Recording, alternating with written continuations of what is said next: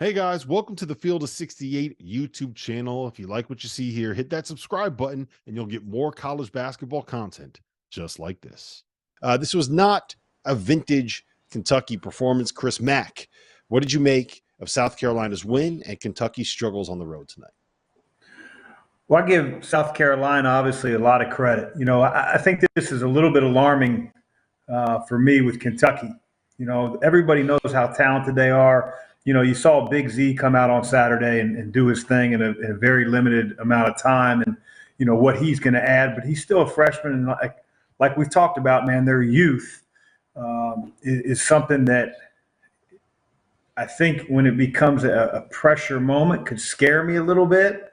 Obviously on the road, these things happen. But I worry about when a team, slows the tempo down, or if Kentucky has a bad shooting night, or they run into a really good team.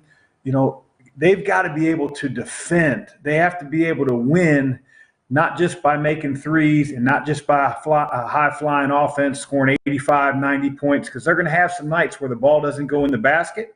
They're going to have some nights when they're playing teams that, I think they only shot 13 threes tonight. You give South Carolina all the credit in the world, not only to keep them at a low percentage, but to keep them from attempting that many says a lot about South Carolina's attention to detail.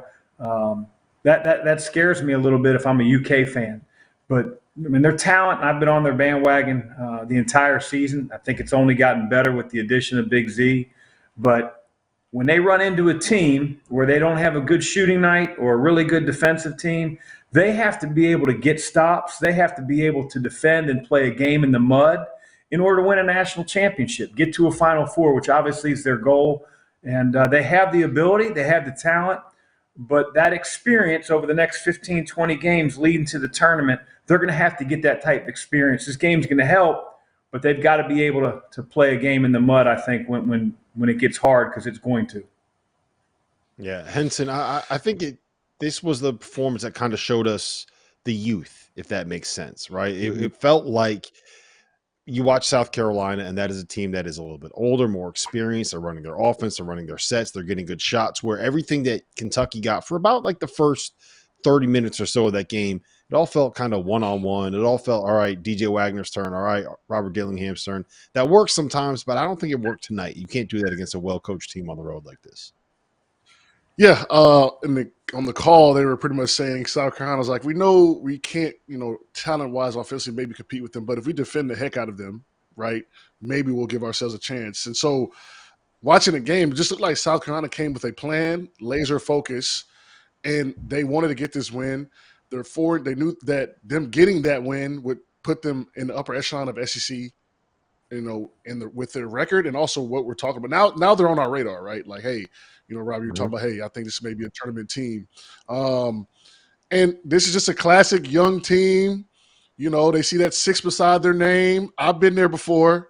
You're feeling good. You're feeling great. You're going on the road. And South Carolina was ready for them. And they historically struggle for some reason in South Carolina. So when I played, it was like Georgia Tech and Florida State.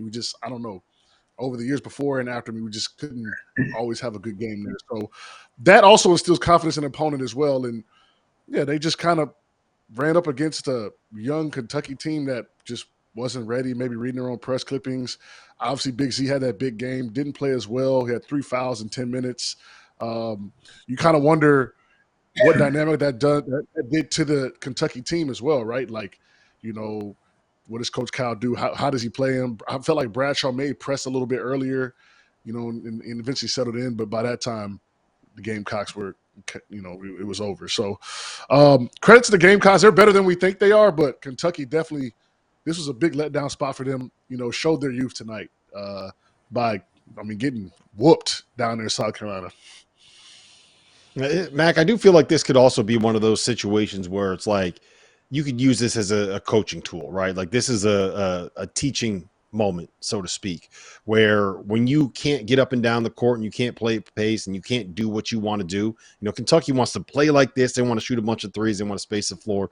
And when you're going up against a team that wants to grind things out and go possession by possession and play 25 seconds into the shot clock, you got to find another way to win. You absolutely do. You know, you're going to play those games the deeper you get into March. You know, conference tournament, it's going to happen. It's certainly going to happen in the NCAA tournament because there are going to be some teams that, you know, even if that's not their style, Rob, they're going to say, listen, we cannot play up tempo against Kentucky. We just can't do it. Like the more shots that are taken in the game, the more possession advantage Kentucky. Those guys are just freewheeling and playing together and spraying the ball and shooting a ton of threes. But like if a team can put them in the half court and limit the amount of threes they're taking, they don't really have a low post monster. Those guys got to do a better job. Cal's not playing two big guys together. I know Trey Mitchell can go inside a little bit, but Bradshaw is more of an offensive rebounder, a guy that faces the basket.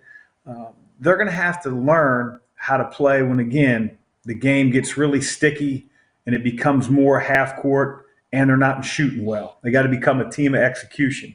Think they can do it. Games like this will certainly help. But this is the one thing that scares you about youth is they haven't been in these types of moments. They're going to be in a lot of them on road trips now. You know, South Carolina is not going to be the only team up for Kentucky when they get them in their building. But they're going to have to answer those challenges when the game gets tight. I felt like Kentucky played tight down the stretch. But that's just a sign, in my opinion, of inexperience. And nights like this, hopefully allow those guys to grow up. Yep, I agree. I do just want to make one point quickly on Big Z, Zvonimir Ivisic. He had that outstanding debut, which was a lot of fun. He hit the 3 threes. Should have been 4. I'm going to continue to debate whether or not his toe was on the line until the death of me. Had the behind-the-back pass. I don't think that we should be expecting that kind of performance every single game.